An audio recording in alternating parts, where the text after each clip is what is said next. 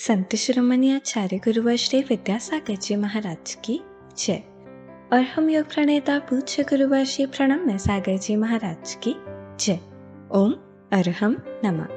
श्री तत्वाद सूत्र के शंका समाधान सत्र में आप सभी का स्वागत है।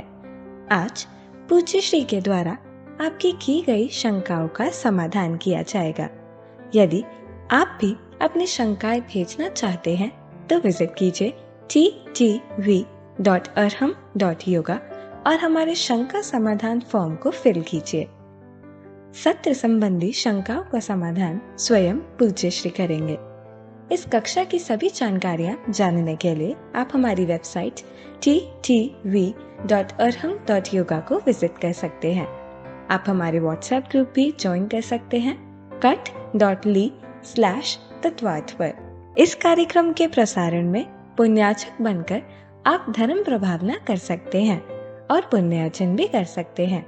आप टीम अरहम को 9810436940 पर संपर्क कर सकते हैं। चलिए पूज्य गुरुवर के चरणों में चलते हैं। रूबी जैन, देहरादून। नमोस्तु गुरुदेव।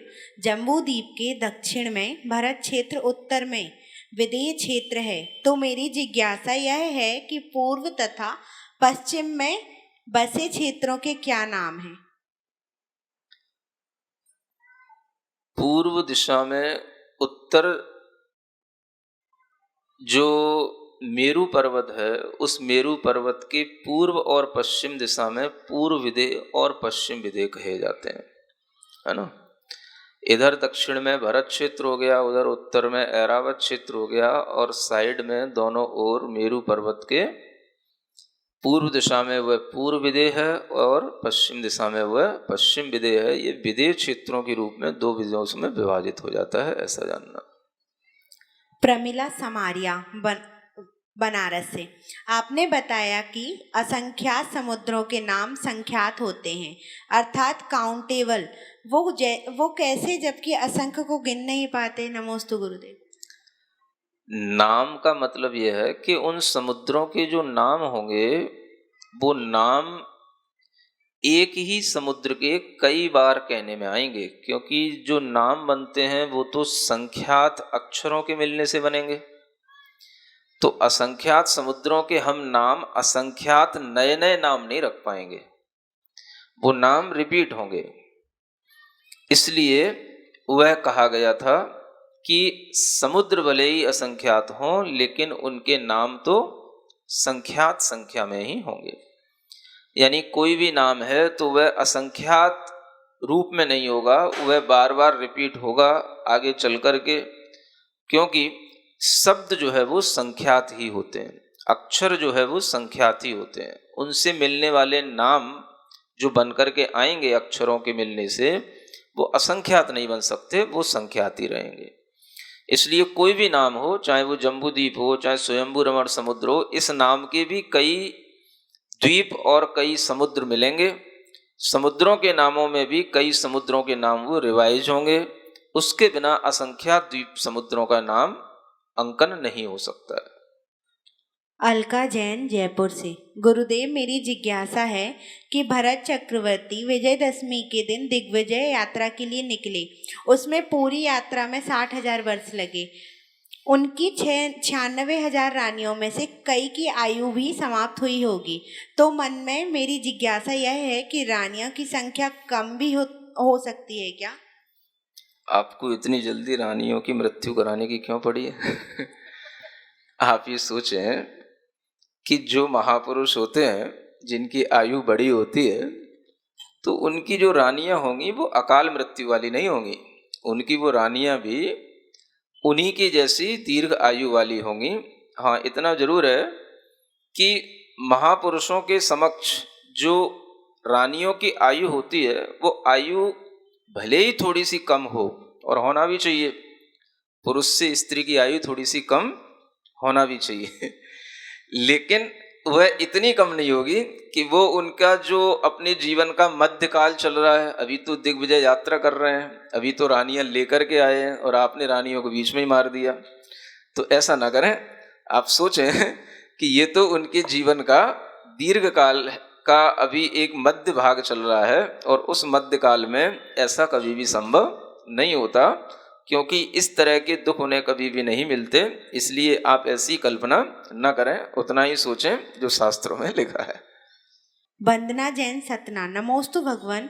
अब सर्पणी के दुखमा एवं उस सर्पणी के दुखमा काल में क्या अंतर है?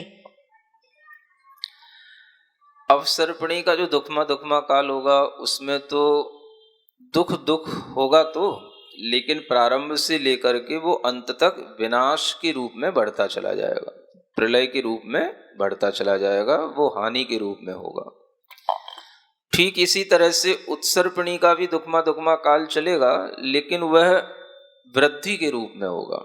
वहां हानि से धीरे धीरे सुधार होगा। एक कहते हैं सुधार से गिरावट होना और एक कहते हैं गिरावट से सुधार होना। तो वहां पर जो ग्राफ जाएगा वो थोड़ा प्रोग्रेसिव होगा, उन्नति की तरफ जाएगा, और उस कारण से धीरे धीरे जो चीजें बिगड़ी हुई थी वो अच्छी होने लगेंगी, लेकिन काल जो है वह दुखमा ही कहलाएगा। ऐसा अंतर जानना। प्रवंजना जैन अहमदाबाद। नमोस्तु मुनिवर। मेरा सवाल है कि जब बहुत सारे द्वीप मेरू शिखर हैं तो हम सिर्फ नंदीश्वर द्वीप व पंचमेरु की ही पूजा क्यों करते हैं, और देवगण क्या सिर्फ नंदीश्वर द्वीप की ही वंदना करते हैं? नंदीश्वर द्वीप की वंदना के साथ साथ अन्य द्वीपों की भी वंदना होती है, लेकिन किसी भी द्वीप में नंदीश्वर द्वीप की तरह इतने अधिक जिनालय नहीं है। नंदीश्वर द्वीप में सर्वाधिक जिनालय हैं। आप देखें कि सुमेरु पर्वत आदि की जो वंदना की जाएगी उसमें वह सुमेरु पर्वत के, एक सुमेरु पर्वत के 4 दिशाओं के कितने जिनालय हुए? 4 वनों के 4 चौको 16, तो वो केवल 16 जिनालय हुए। जब हम 5 मेरु को मिलाएंगे तो भले ही 80 हो जाएंगे, तो हमें 5 जगह जाना पड़ेगा। लेकिन नंदीश्वर द्वीप एक ऐसा द्वीप है, एक ऐसा स्थान है जहां पर एक ही स्थान पर 52 जिनालय उपस्थित हैं। इसलिए सर्वाधिक जिनालय नंदीश्वर द्वीप में होते हैं, और नंदीश्वर द्वीप के जिनालयों की वंदना करने के उपरांत पंचमेरु की परिक्रमा लगाई जाती है। पंचमेरु के जिनालयों की भी वंदना की जाती है, लेकिन वह अलग अलग जगहों पर जाने पर होती है, क्योंकि जम्बू द्वीप में 1 मेरु है, धातकी खंड में 2 मेरु है, फिर पुष्करार्ध में जाना पड़ेगा। एक ही स्थान पर अगर पूरे लोक के अंदर मध्यलोक में कहीं पर भी सर्वाधिक जिनालय हैं तो वह मात्र कहाँ है? नंदीश्वर द्वीप में है। इसलिए नंदीश्वर द्वीप की वंदना की, पूजा की एक विशेष अपने आप में अवधारणा है जो बिल्कुल सही है। सुनीता जैन नीमच। नमोस्तु गुरुदेव। तत्वार सूत्र में नरकों का वर्णन सुनकर मन बहुत भयभीत हो गया है। इस विचलित मन के कल्याण के लिए हमें क्या करना चाहिए? इसे विचलित मन नहीं कहते हैं, इसे संवेग भाव के साथ होने वाला संवेगित मन कहते हैं। क्या कहते हैं? हाँ, अगर आपको वास्तव में नरक के दुखों को सुनकर के भय उत्पन्न होगा तो आपको संसार से भय उत्पन्न होगा। संसार से भय उत्पन्न होना ये संवेग भाव कहलाता है, और ये संवेग भाव सम्यक दृष्टि जीव के लिए अवश्य होना ही चाहिए, होता ही है। तो इस संवेग भाव को आप मन का विचलन ना समझें, इसे समझें कि इससे आपको पाप से भय उत्पन्न होगा। अगर वास्तव में आपको नरक के दुखों से भय उत्पन्न हुआ है तो आपको पाप से भय लगेगा, और वह पाप से भय ही आपको संसार से बचाने में कारण होगा। इसलिए यह भाव संवेग भाव कहलाता है, इसे बनाए रखें। ये बहुत ही सम्यक दर्शन को टिकाए रखने वाला भाव है। मनोज जैन वालावत उदयपुर। पंचम काल में कितने वर्ष होते हैं, और क्या सभी कालों में एक समान वर्ष होते हैं? नमोस्तु गुरुदेव। पंचम काल 21,000 वर्ष का होता है। हर एक काल के अपने अपने वर्ष निर्धारित हैं, ये आपको पहले बताया गया है। प्रथम काल है वो 4 कोड़ा कोड़ी सागर का है, द्वितीय काल है 3 कोड़ा कोड़ी सागर का है, तृतीय काल है वो 2 कोड़ा कोड़ी सागर का है, चतुर्थ काल 42,000 वर्ष कम 1 कोड़ा कोड़ी सागर का है, पंचम काल 21,000 वर्ष का है, और छठवां काल भी 21,000 वर्ष का है। इस तरह से इनके ये कालों के वर्ष नियत होते हैं, ऐसा जानना। कोमल रिपेन दोषी अहमदाबाद। नमोस्तु गुरुदेव, बाकी की जम्बू द्वीप में भी इसी जम्बू द्वीप जैसी व्यवस्था होती है क्या? फिर उनका वर्णन क्यों नहीं आता? आप लोग अभी पढ़ना नया नया शुरू किए हैं, है ना। अभी आपने तीसरा अध्याय भी पूर्ण तो पढ़ा नहीं है। पहले ही तो ये जान लो कि जम्बू द्वीप अगर दूसरी जगह होगा तो वो कहाँ होगा। द्वीप और समुद्र अगर 2.5 द्वीप के बाहर निकल गए तो 2.5 द्वीप के बाहर तो मनुष्य होते ही नहीं है, तो यहाँ जैसी व्यवस्था कैसे हो जाएगी। वहां पर भरत और ऐरावत क्षेत्रों का काम ही क्या है। तो जम्बू द्वीप के अलावा जो 2.5 द्वीप के बाहर द्वीप आएंगे तो वो तो कई नाम गिनने के बाद आएंगे। अगर हम कभी उन नामों का फिर से रिपीटेशन करेंगे तो बहुत नाम निकलने के बाद करेंगे, तब तक तो बहुत सारे द्वीप निकल जाएंगे। तो उन द्वीपों में कोई इस तरह की कर्म भूमि तो है नहीं, उन द्वीपों में इस तरह से मनुष्य आदि का जीवन तो है नहीं। वहां तो केवल एक तरह से जगन्य भोग भूमि की व्यवस्था होती है और उन भोग भूमियों में केवल त्रियंश ही रहते हैं। ऐसा आपको आगे पढ़ने से ज्ञात होगा। इसलिए प्रश्न जो किया है ठीक है, आपके लिए अच्छा है। सुनीता जैन, गाजियाबाद। नमोस्तु गुरुदेव, आपने बताया कि अपसर्पणी काल में भरत नाम का पहला चक्रवर्ती होता है, तो उस सर्पणी काल में भी पहला चक्रवर्ती भरत नाम का ही होगा क्या? अवसर्पणी काल की जानकारी शास्त्रों में मिलती है, उत्सर्पणी काल के विषय में कोई जानकारी अभी शास्त्रों में उपलब्ध नहीं है।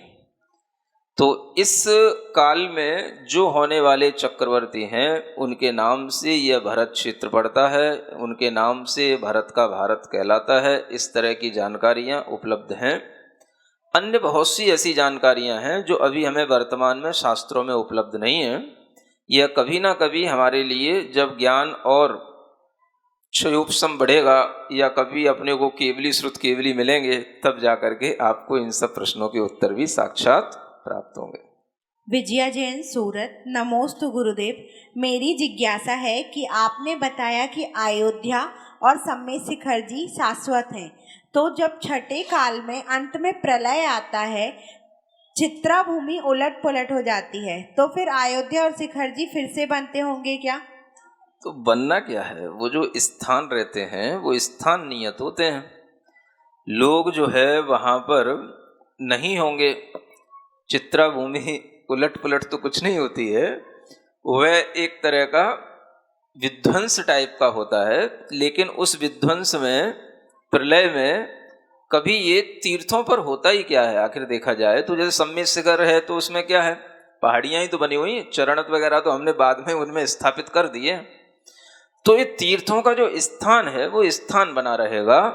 अन्य चीजें ध्वंस को प्राप्त हो सकती हैं, उससे कोई फर्क नहीं पड़ता। लेकिन जो लोकेशन है कि अयोध्या कहाँ है, सम्मेद शिखर कहाँ है, वो वहां पर बनी रहेगी और वो आगे आने वाले समय में भी वैसे ही जानी जाएगी। सुदीप जैन, इंदौर। नमोस्तु गुरुदेव, तत्वार्थ सूत्र एवं अन्य आगम शास्त्रों के अनुसार अपनी पृथ्वी गति रहित एवं समतल है, तो हम अपने शास्त्रों जो कि केवली प्रणीत होने से सत्य हैं के आधार पर दिन रात होने व अन्य घटनाओं का सही कारण जानकर वैज्ञानिक मान्यताओं में सुधार ला सकते हैं क्या? आप किसी में सुधार लाने की कोशिश न करें, आप सिर्फ अपनी मति में सुधार ले आए। किसमें? अपनी मति में, अपनी बुद्धि में, अपने मति ज्ञान और श्रुत ज्ञान में हम सुधार ला सकते हैं। वैज्ञानिक मान्यताएं जो कह रही हैं उन्हें सुनना चाहिए, उन्हें समझ भी लेना चाहिए और ये भी जान लेना चाहिए कि वो सब बहुत ही छोटा सा ज्ञान है, क्योंकि पूरे जम्बू द्वीप को तो कोई आज का विज्ञान देख ही नहीं पाया। अगर आज का विज्ञान पूरे जम्बू द्वीप को देख पाता तो सुमेरु पर्वत भी देखने में आता, विधेय देखने में आते, क्षेत्र और कुलाचल आदि पर्वत देखने में आते। तो पूरे विज्ञान के द्वारा कुछ भी नहीं देखा गया। तो पूरे विज्ञान ने कभी पूरी धरती को देखा ही नहीं। जम्बू द्वीप की पूरी धरती जो इस तरीके की है उसको देखा ही नहीं। तो सूर्य चंद्रमा के भ्रमण को वह किस तरह से वह मान रहा है, नहीं मान रहा है, ये उसकी अपनी परिकल्पना है। तो हम किसी में सुधार न ला करके ये जाने कि जैन दर्शन में पृथ्वी को स्थिर बताया गया है और अन्य जो वैज्ञानिक मान्यताएं हैं उनमें पृथ्वी को इस तरह से घूमना बताया जा रहा है, वो हम उसी तरह से माने जो जहां पर जैसा बताया गया। सुधार लाना केवल अपनी बुद्धि में संभव है, दुनिया में संभव नहीं है। लता साहा, लेक मैरी यूएसए। नमोस्तु गुरुदेव। जब नारकी जीव नरक में अकाम निर्जरा के साथ रहता है और फिर भी तीव्र कर्मों का बंध करता है, तो वह जीव कैसे कर्मों से छूट पाएगा? कर्मों के बंध, कर्मों की निर्जरा हर समय पर उस द्रव्य क्षेत्र काल भाव के अनुसार चलती रहती है। कर्मों की निर्जरा भी होती रहती है, कर्मों के बंध भी होते रहते हैं, लेकिन इसका मतलब ये नहीं है कि नरक में रहने वाला नारकी जीव कर्मों की निर्जरा कुछ इस रूप में कर ले कि वह उन कर्मों से मुक्त हो जाए। उसके लिए कर्मों की निर्जरा भी होगी तो उसके साथ कर्मों के बंध भी होंगे, इसलिए नरक पर्याय से निकल सकता है। वो नरक में रह करके कोई मोक्ष नहीं जा सकता। आयु पूर्ण होने पर वो नरक आयु को पूर्ण करके नरक पर्याय को छोड़ सकता है, और वहां से आने के बाद में जो उसका पुरुषार्थ यहाँ पर सम्यक दर्शन आदि के लिए होगा, उससे उसका संसार छूटेगा। तो नरक में रह करके भी उसके लिए कर्म का बंध होता रहता है। इतना जरूर है कि जो सम्यक दृष्टि नारकी जीव होंगे वो वहां पर भी रह करके जो उनका संसार अर्ध पुद्गल परावर्तन मात्र बचा है उसमें ही उनका वह संसार सिमटा हुआ रहता है। अब वो चाहे मार काट करें, कुछ भी करें, लेकिन उनका जो अर्ध पुद्गल परिवर्तन संसार है उससे ज्यादा नहीं बढ़ेगा, वो उतना ही रहेगा। और जब वह सम्यक दर्शन के माध्यम से बाहर आएंगे तो उनके लिए और भी मनुष्य आदि पर्याय में कर्म निर्जरा करने के साधन बनेंगे, तो उनके लिए वह संसार वहां पर और भी चारित्र के माध्यम से मिटेगा, संसार उनका कम होगा। इस तरह से उनके लिए यह व्यवस्था है। अर्ध पुद्गल परिवर्तन काल में वह मोक्ष जा सकता है जीव, और अगर पुरुषार्थ करे तो उससे पहले भी जा सकता है। शशि जैन सागर, महाव्रतियों का मरण किस गुण स्थान में होता है? मरण तो जीव का 6वें 7वें किसी भी महाव्रती का मरण उस गुण स्थान में हो सकता है। अप्रमत्त भाव के साथ भी मरण होने में कोई बाधा नहीं है, लेकिन मरण होने के उपरांत जैसे ही देवायु का उदय होता है तो उसका गुण स्थान बदल जाता है। तो गुण स्थान के अनुसार मरण होने में वह प्रमत्त भाव के साथ भी मरण कर सकता है, अप्रमत्त भाव के साथ भी मरण कर सकता है। मरण होने में कोई बाधा नहीं है। नमोस्तु महाराज जी। रंजू जैन उदयपुर से पूछ रही हैं, खर भाग की 16 परतों को छोड़ दो, उसके बाद पंख भाग में भवनवासी व व्यंतरों के आलय बने हैं। मेरी शंका है कि असुर व राक्षस देवों के आलय कहाँ पर हैं? यह शंका पहले भी कई बार आ चुकी है। ऐसा लग रहा है कुछ लोग कंफ्यूज्ड हो चुके हैं और बार बार कुछ उसी तरह का प्रश्न किया जा रहा है। एक बार आप लोग अच्छे ढंग से स्पष्ट रूप से यह जान लें कि जो प्रथम पृथ्वी के 3 भाग हैं वो खर भाग, पंख भाग और अबहुल भाग के रूप में है। उनमें जो खर भाग है वह 16,000 योजन मोटा है। उसमें सर्वत्र देव नहीं रहते हैं। खर भाग में देव रहते हैं लेकिन सर्वत्र नहीं रहते हैं। आचार्यों ने कहा है कि 1000 योजन ऊपर छोड़ दो, 1000 योजन नीचे छोड़ दो, बीच में जो स्थान होता है वह देव लोगों के रहने का स्थान है। मुख्य रूप से वहां पर भवनवासी और व्यंतर देवों का स्थान है। भवनवासी देव 10 प्रकार के होते हैं और व्यंतर देव 8 प्रकार के होते हैं।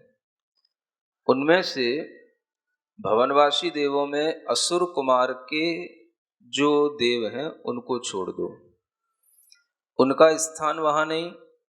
और व्यंतरों में जो राक्षस देव हैं, राक्षस जाति के जो देव हैं, उनका स्थान वहां नहीं।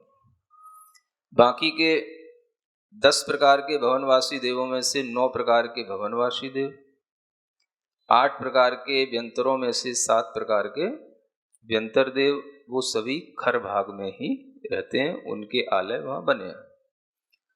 और जो पंख भाग है उसमें केवल जो एक एक ये भेद बच गए राक्षस जाति के और असुर कुमार जाति के, ये पंख भाग में रहते हैं, और बाकी के जो अबहुल भाग है वो नारकियों के लिए है।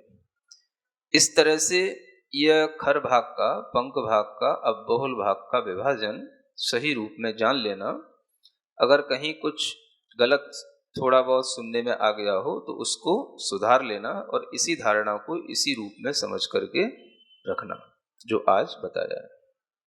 समता जैन अंजन गांव से पूछ रहे हैं, नमोस्तु गुरुवर, पृथ्वी गोल घूमती है, फिर भारत क्षेत्र स्थिर कैसा है? आपकी पृथ्वी घूम रही है, हमारी पृथ्वी स्थिर है, आप अपनी पृथ्वी को घुमा रहे हो, भरत क्षेत्र आपकी पृथ्वी में है ही नहीं है, भरत क्षेत्र तो हमारी पृथ्वी में है। तो ये आधा प्रश्न आपका अपना है, आधा प्रश्न आपने हमारे यहाँ से चुरा लिया है। तो अगर भरत क्षेत्र आप मानते हो तो भरत क्षेत्र केवल वहीं पर है, अगर आप जम्बू द्वीप मानोगे तो भरत क्षेत्र मानने में आएगा, और भरत क्षेत्र की स्थिति जम्बू द्वीप की तरह स्थिर ही माननी चाहिए। पृथ्वी घूमती है इस तरह का यदि आपका विश्वास है तो फिर इसका मतलब है कि आपने अभी जैन दर्शन पढ़ा नहीं, तृतीय अध्याय आपने तत्वार सूत्र का अच्छे से सुना नहीं। तो आप अपनी धारणा को विज्ञान के, भौतिक विज्ञान के अनुसार ना बनाएं, आप अपनी धारणा को जैन दर्शन के अनुसार बनाएं, तो आपको सब कुछ स्थिर दिखाई देगा।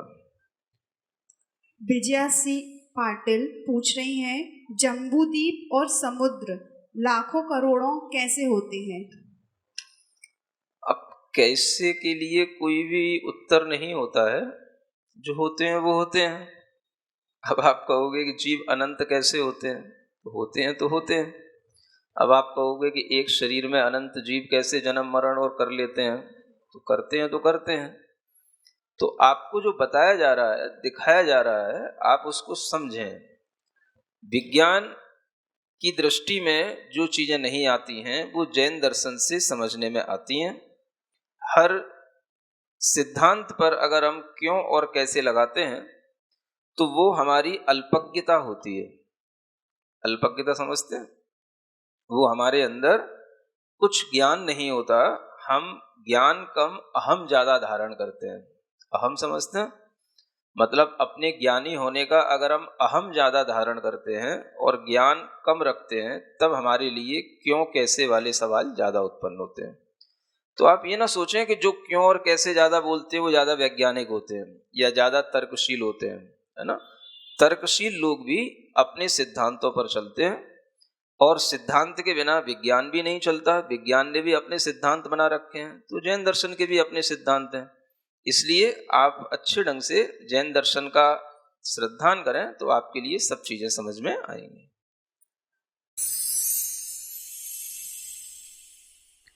सिरिजिणवाणी जग कल्याणी जग जन मदतम मोहरी जनमण हारी गढ़हर हारी जम जरा भव रोग हरि तिथ्य राणम दिव्य झुणिम जो पढ़ई सुणई मय्ये धारई राणम सौख मणंतम धर्य सासद मोक्ष पदम पावई सासद मोक्ष पदम पावई।